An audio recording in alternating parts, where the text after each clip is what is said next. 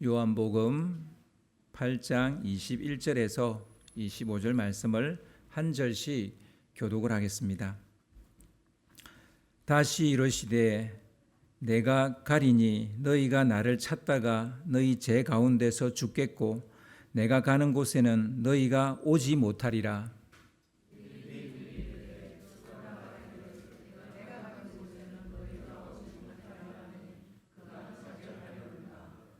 예수께서 이르시되 너희는 아래에서 났고 나는 위에서 났으며 너희는 이 세상에 속하였고 나는 이 세상에 속하지 아니하였느니라.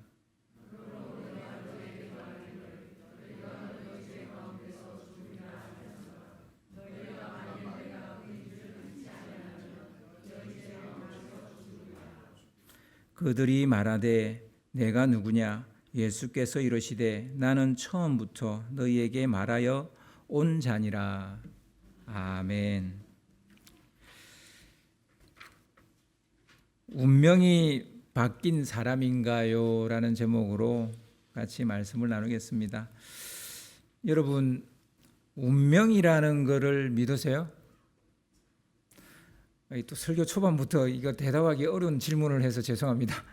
여러분, 그런데 생각해 보셔야 돼요. 운명이라는 것을 믿으십니까?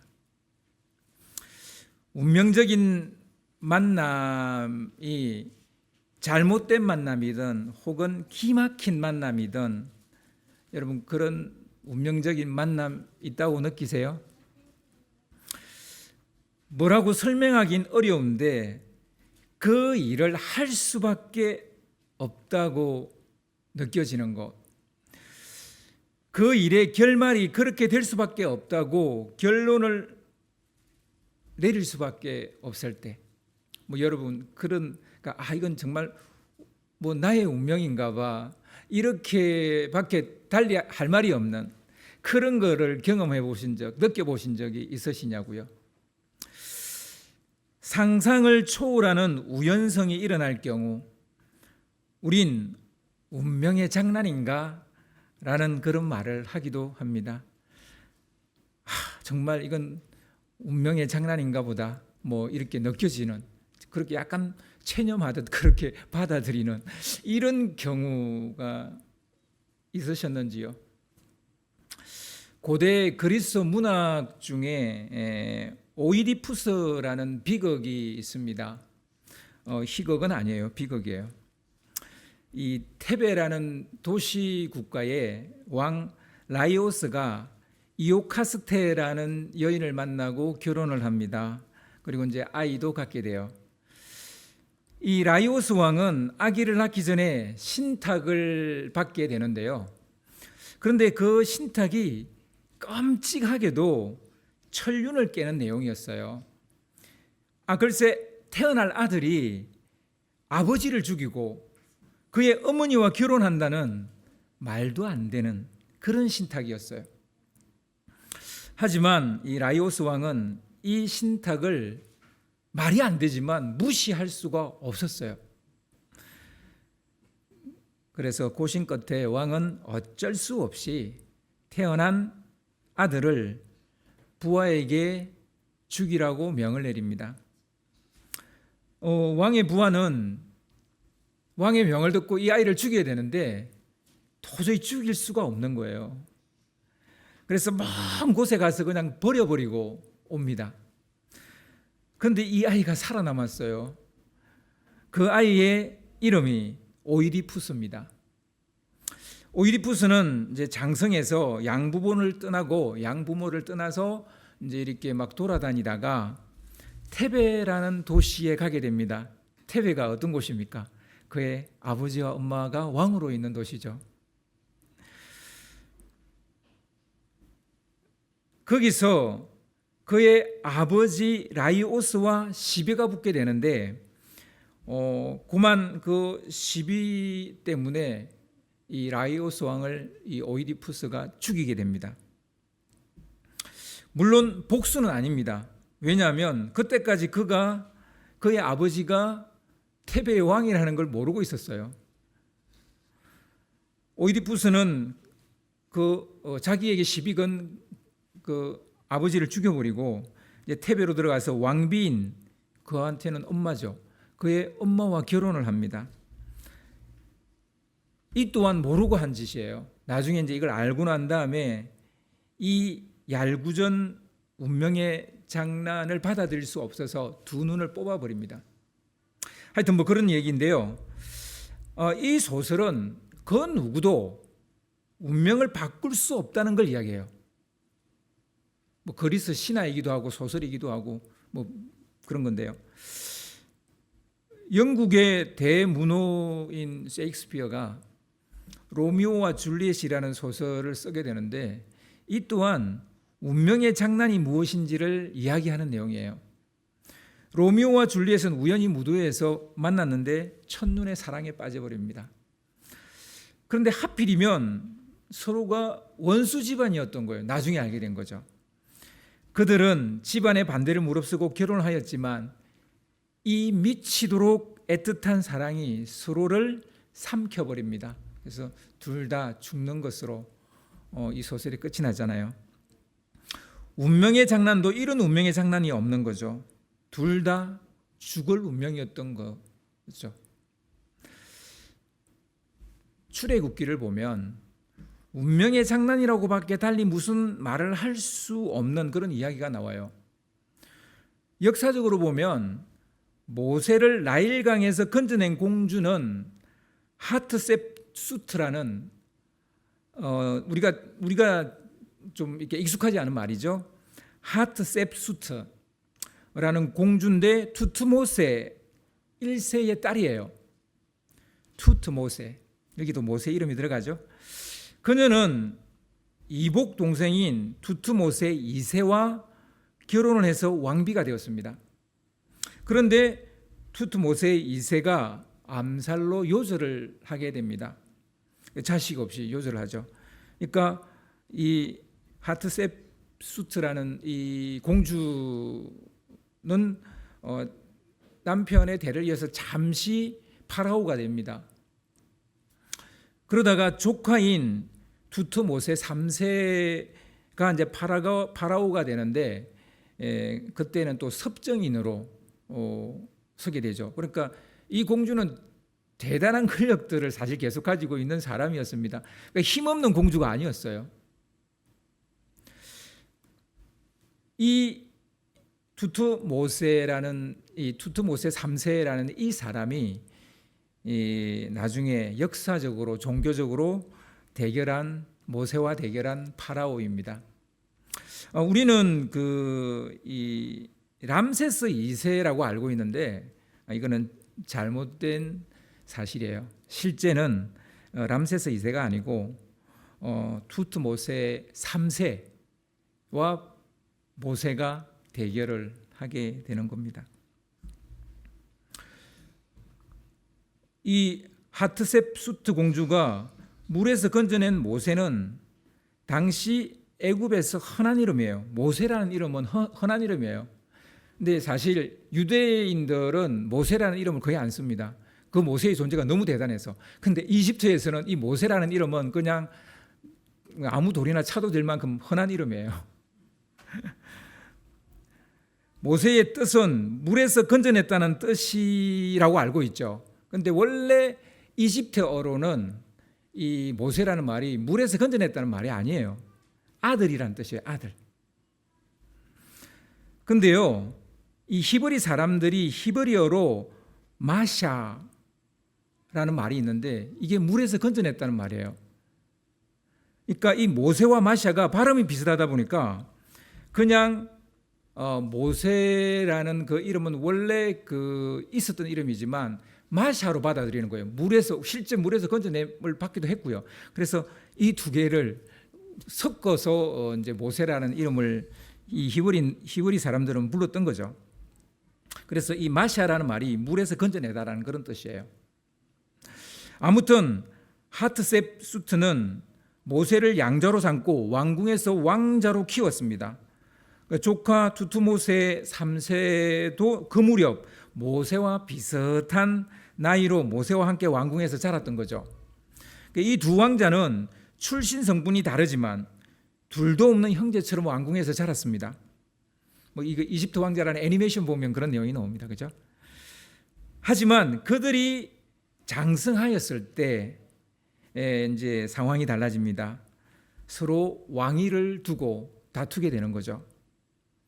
다투는 사이가 됐는데 안타깝게도 모세는 왕위 다툼에서 투트 모세 3세에게 밀렸고요. 뭐 왕위에서 밀리면 살아남을 수가 없잖아요. 그러니까 미디안으로 도망을 친 겁니다. 그러나 이들의 관계는 여기서 끝나지 않습니다. 말 그대로 운명의 장난처럼 40년 후에 다시 재회를 하는데요. 재회를 하는 걸로 끝나는 게 아니라 또다시 두 번째 대결을 하게 됩니다. 이 대결이 우리가 잘 알고 있는 출애굽기 초반에 나오는 이야기입니다. 이 두 번째 대결에서는 누가 이겼을까요? 모세가 이겼죠. 우리는 뭐 잘 알고 있죠. 모세는 하나님의 절대적이고 강력한 도우심을 받고 이 파라오를 누르고 히브리 사람들을 데리고 하나님이 약속한 땅으로 가게 됩니다. 그렇게 출애굽에 성공을 하게 됩니다. 여러분, 제가 몇 가지 이야기를 여러분에게 했는데요. 그리스 신화에 나오는 오이디푸스 이야기는 그 누구도 운명을 바꾸지 못한다는 결론을 내립니다. 하지만 성경에 나오는 모세 이야기는 하나님께서 모세의 운명을 바꾸셨다는 내용이에요. 그는 권력에서 밀려나서 그냥 미디안의 촌부로 살아갈 운명이었는데 그 인생을 바꾸신 거예요. 그 운명을 바꾸신 거예요. 실패자로 낙인 찍히고 영원히 역사의 무대에서 사라질 것처럼 보였지만 하나님께서는 그를 당당하게 역사의 무대로 되돌리시고 영원한 승리자로 그 이름을 남게 하신 것이죠. 사실 오늘 본문 말씀도 우리가 읽었던 오늘 말씀도 운명은 바꿀 수 있는 여지가 있다라는 걸 보여주는 말씀이에요. 운명은 바꿀 수 없다가 아니라 바꿀 수 있는 여지가 있다. 뭐 이게 확실한 건지는 모르겠는데 그래도 여러분 네이버 사전을 찾아보시면 이렇게 나옵니다. 우리는 바꿀 수 있는 여지가 아예 없는 운명을 숙명이라고 그런다. 그래서 여러분 운명과 숙명은 달라요. 운명은 바꿀 수 있는 여지가 있는 뭔가 정해진 것이고 숙명은 아예 바꿀 수 없다라고 생각하는 운명인 거예요. 여러분, 여러분은 뭐 어떻습니까? 정해진 것들 중에서 어느 정도 바꿀 수 있는 여지가 있다고 생각하는 운명론자입니까? 아니면 아무것도 바꿀 수 없다고 생각하며 살아가는 숙명론자입니까? 저는 운명론자도 아니고 숙명론자도 아니고 제 마음대로입니다. 뭐 이렇게 말씀하시는 분도 있겠지만 아마 살아온 날들의 족적을 살펴보면 내가 어떤 사람이었는지 알 수 있죠. 내가 운명론자였는지 숙명론자였는지 이것도 저것도 아닌 내 마음대로 살아온 사람인지 지금까지 어떤 인생관을 가지고 살았든지 간에 이제 우리는 오늘 말씀을 통해서 그리스도인의 인생관을 가져야 할 줄 믿으시기 바랍니다. 뭐 이제 아멘 하셨으니까 성경 예수님이 말하는 이 운명, 인생관 이걸 우리가 한번 이야기를 해보기를 원합니다. 오늘 말씀은 예수님과 바리새인들이 서로 충돌하는 내용이에요. 대부분의 충돌은 이해 충돌에서 생깁니다. 견해 차이, 입장 차이, 이권 다툼, 이권의 차이 뭐 이런 것들 때문에 충돌이 생기죠. 예수님은 바리새인과 논쟁을 하면서 서로 다른 견해와 입장 차이를 계속 확인하는 거예요. 이야기를 하면 할수록 정말 다르구나. 너무 다르구나. 그래서 이제 선언을 해요. 그들에게서 떠나겠다고. 오늘 본문 21절을 보시면요. 오늘 읽었던 본문 21절을 좀 띄워주세요.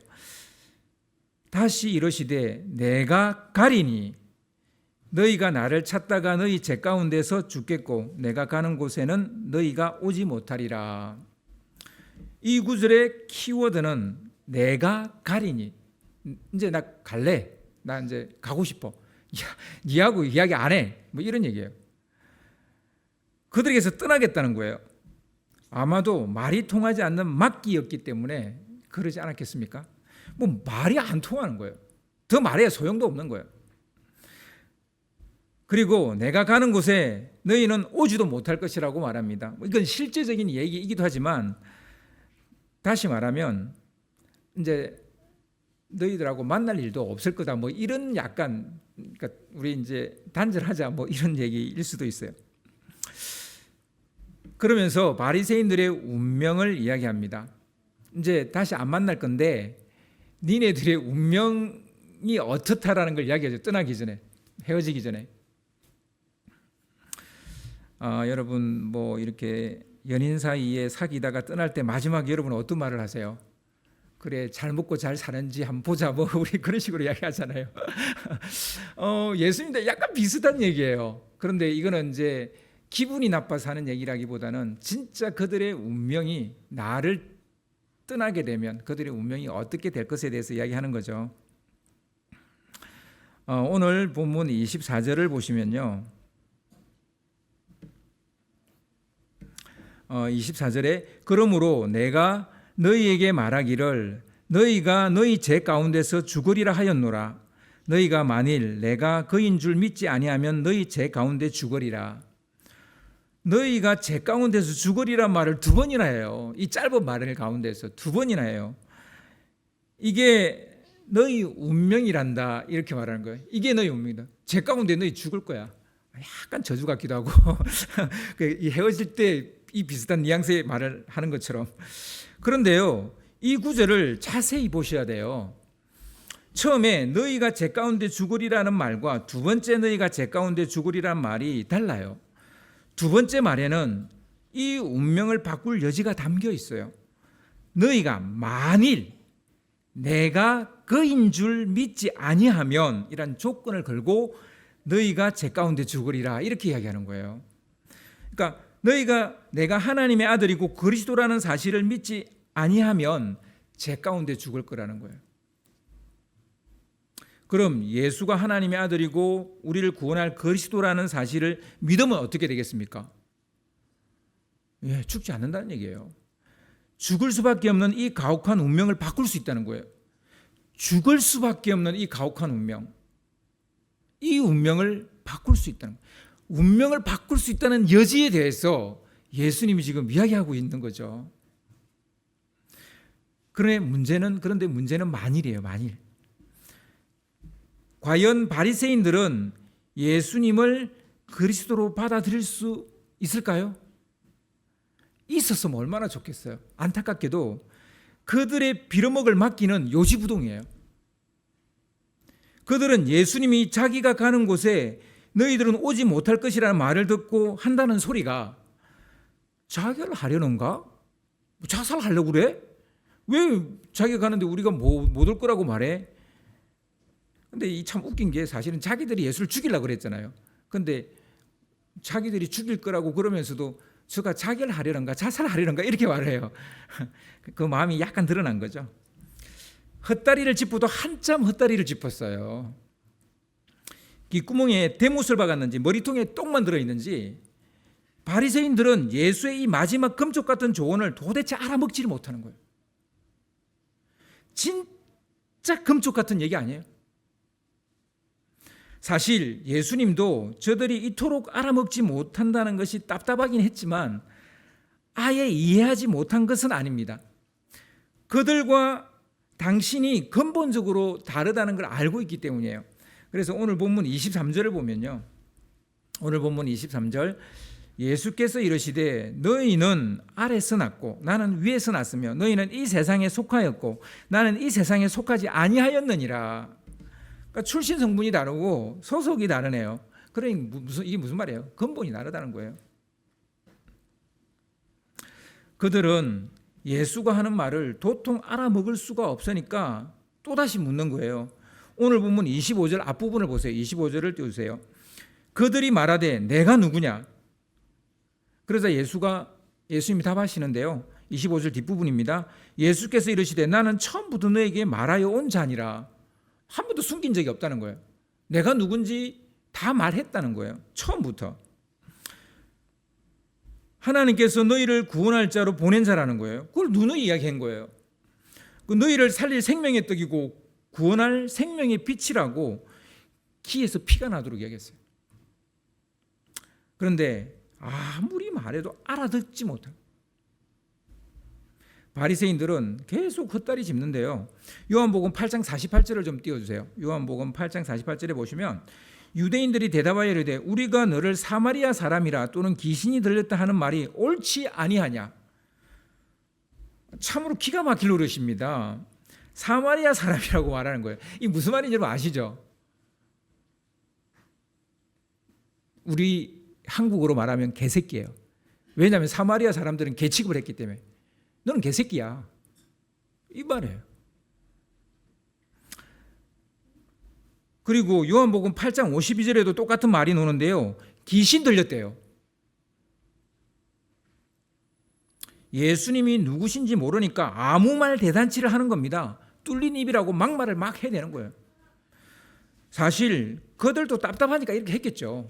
뭐 들어도 무슨 말인지 모르겠고 누가 아무리 들어도 누군지 모르겠고.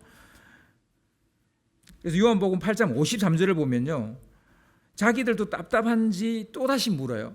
요한복음 53절 보겠습니다. 너는 이미 죽은 우리 조상 아브람보다 크냐? 또 선지자들도 죽었거늘 너를 누구라 하느냐? 막 이제 예수님이 막 아브라함보다 더 먼저 있었던 사람처럼 이야기하고 막 그러니까 네가 아브라함보다 더 크냐? 선지자들보다도 뭐 더 먼저 있었냐? 뭐 그러는 거예요. 그러면서 넌 도대체 누구냐? 너 자신을 누구라고 생각하느냐고 묻는 거예요. 젠장, 아무리 물어도 아무리 들어도 이해하지 못하는 거. 여러분 이게 저주가 아닐까요? 이게 저주받은 증거가 아닐까요? 여러분 아무리 복음을 들어도 미동도 안 하는 사람이 있어요. 마음이 꿈쩍도 안 하는 사람이 있어요. 아무리 설명 잘해도 이런 사람이 있는 거예요. 솔직히 가르치는 예수님의 입장에서도 답답하기는 매 한 가지입니다. 뭐 미치고 환장할 노릇이죠. 그렇게 설명을 했는데도 그렇게 말을 했는데도 알아듣질 못하니까. 그런 예수님의 심경을 요한복음 8장 26절은 이렇게 표현을 하고 있어요. 8장 26절을 좀 띄워주세요. 내가 너희에게 대하여 말하고 판단할 것이 많으나 나를 보내신 이가 참되심에 내가 그에게 들은 그것을 세상에 말하노라 하시되. 이게 무슨 말이냐면요. 예수님은 바리새인들에게 대해서 할 말도 많고 판단할 것도 많다고 하십니다. 그렇게 알아듣지 못하니 얼마나 할 말이 많겠어요. 오죽 답답하면 이렇게 말했겠어요. 진짜 할 말 많고 너희들에서 판단할 것도 많은데 하지만 말하지 않겠다는 거예요. 말해도 알아듣지 못하기 때문이에요. 그래서 자기를 보내신 분이 말하라는 것만 말한다는 거예요. 예수님이 말할 게 진짜 산더미처럼 많았거든요. 우리한테 할 말이 너무너무 많아요. 우리에 대해서 막 꼬치꼬치 다 할 얘기가 있어요. 여러분한테도. 근데 왜 안 하실까요? 해도 못 알아들어요. 해도 못 알아들어요. 그래서 여러분 말기 못 알아듣는 사람한테 말 많이 하지 마세요. 여러분도 상하고 그 사람도 상해요. 그래서 관계가 어려워져요. 그냥 딱 할 말만 해야 돼요.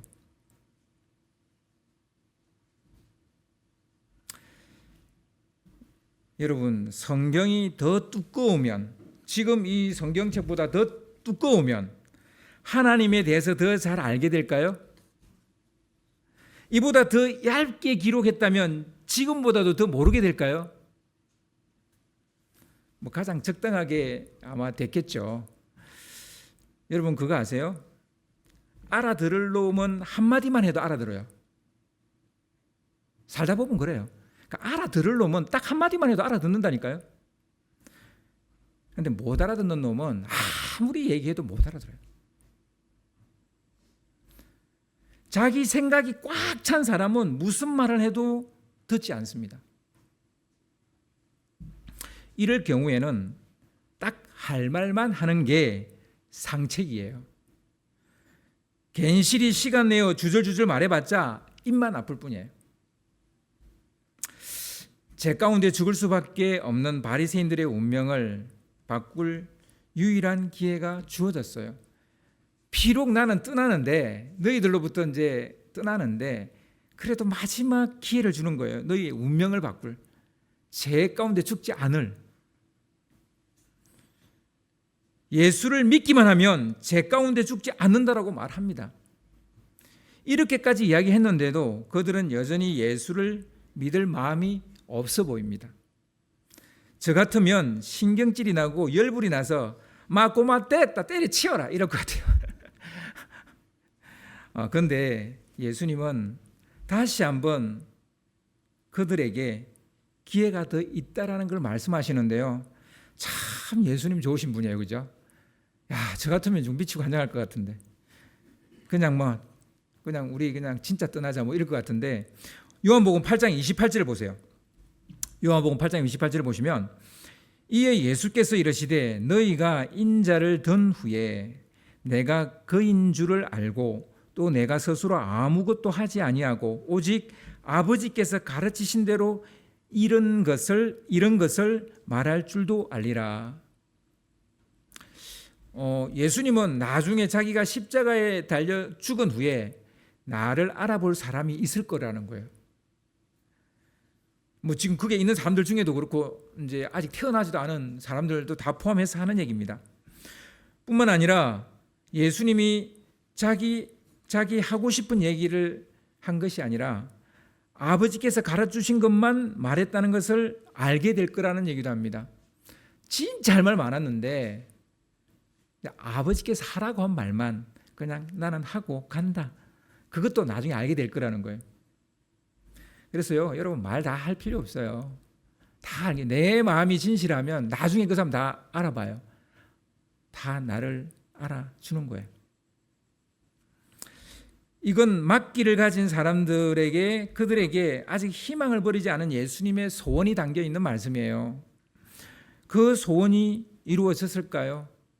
나중에 내가 십자가에 매달려 죽고 난 후에 알게 될 사람도 있을 거고, 또 내가 많은 말을 안 하고 아버지가 하라는 말만 했는데 내가 무슨 말을 했는지 알게 될 거라는 거.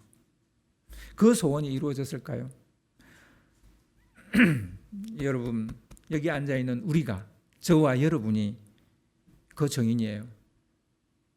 여러분, 예수님을 믿었기 때문에, 알았기 때문에 지금 여기 앉아있는 거 아니에요? 그 여러분이 증인인 거예요. 2000년 동안 예수를 그리스도로 고백하고 믿었던 사람들이 그 증인인 거예요. 예수님은 우리의 운명을 바꾸시기 위해 끝까지 참고 참으시면서 계속 이야기한 거죠. 그런데 많은 말은 안 했어요. 예수님은 우리의 운명을 바꾸시기 위해 끝까지 혼신의 힘을 쏟아붓습니다. 그런데 우리는 우리 운명을 바꾸려고 얼마나 힘을 쓰세요? 여러분은 여러분 자신의 운명을 바꾸려고 얼마나 혼신의 힘을 쏟아요? 혹시 그냥 이렇게 살다가 뒤져버려야 되겠다 이렇게 생각하시지 않으세요? 여러분 어떻게 생각하세요? 예수님은 이것도 모자라서 보혜사 성령님까지 보내셔서 맡긴 우리의 길을 뚫고 계세요. 성령을 통해서 성경 말씀이 이해되어지게 하고 생각나게 하시는 거예요. 아멘. 그래도 귀가 안 뚫리는 사람이 있어요. 정작 운명의 갈림길에 놓여 있는 우리는 어떤 마인드를 가지고 있습니까? 여러분의 마인드셋은 어떻게 설정되어져 있습니까? 여러분의 미래는 정해져 있다고 아예 못 받고 있습니까? 그런 순명농자입니까? 아니면 내 인생을 바꿀 수 있는 여지가 있다는 것을 믿고 믿음의 걸음을 내딛고 계시는 분이십니까? 여러분 후자이기를 바랍니다. 여러분이 믿는 예수님은 여러분에게 어떤 분입니까? 한 발자국도 앞으로 나가지 못하게 하는 운명의 주관자입니까? 아니면 믿음으로 새로운 걸음을 하는 우리의 걸음을 인도하시는 운명의 주관자입니까? 주님은 이러나 저러나 운명의 주관자인데요. 우리가 그 하나님을 어떤 하나님으로 이해하느냐는 거예요. 어떤 사람은 하나님을 내 걸음을 한 걸음도 앞으로 나가지 못하게 하는 하나님이라는 식의 이해를 하고 있는 사람이 있고, 어떤 사람은 믿음으로 새로운 길을 가게 하시는 하나님이라는 그런 하나님이라고 알고 있는 분도 있는 거죠.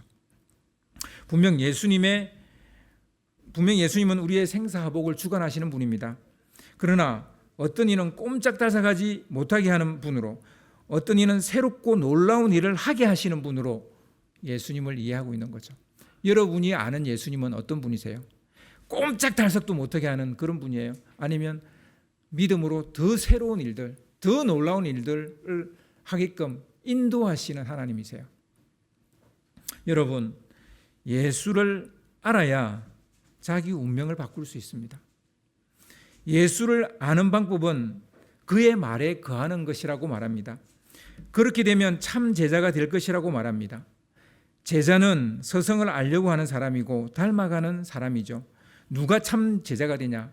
그의 말씀에 거하는 자. 예수의 제자가 되면 진리를 알게 됩니다. 그 진리를 알게 되면 그 진리가 너희를 자유케 할 것이다 라고 말합니다. 여기서 말하는 자유는 죄로부터의 자유입니다. 우리는 죄라는 족쇄 혹은 감옥에 갇혀 있습니다. 그래서 우리의 운명은 죽음이죠. 이 죄로부터 자유로워지게 하는 방법은 오직 하나입니다. 요한복음 8장 36절을 보시면요, 요한복음 8장 36절입니다. 그러므로 아들이 너희를 자유롭게 하면 너희가 참으로 자유로우리라. 아멘. 그러니까 아들, 예수님 밖에는 우리를 자유롭게 할 수 있는 이가 없어요. 사람들은 자신이 죄의 종인 것과 죽을 운명에 놓인 것을 알지 못합니다. 그러나 이 무거운 운명을 바꿀 방법이 있습니다. 요한복음 8장 51절을 보시면 그 해답이 나오는데요. 진실로 진실로 너희에게 이르노니 사람이 내 말을 지키면 영원히 죽음을 보지 아니하리라. 아멘. 사람이 내 말을 지키면 영원히 죽음을 보지 않는다라고 말씀하십니다. 여기서 예수님의 말씀, 그 생명의 말씀, 그걸 우리가 지켜야 되겠죠. 진리 안에 거합시다. 주님의 말씀을 지킵시다. 이것이 우리의 운명을 바꿉니다. 내생, 즉 우리가 죽고 난 next world, 다음 세상, 즉 내생의 운명만 바꾸는 게 아니에요. 이생의 운명도 바꾼다는 사실을 믿으시기 바랍니다. 이 말씀을 생각하시면서 이 시간 우리 찬양하기를 원합니다.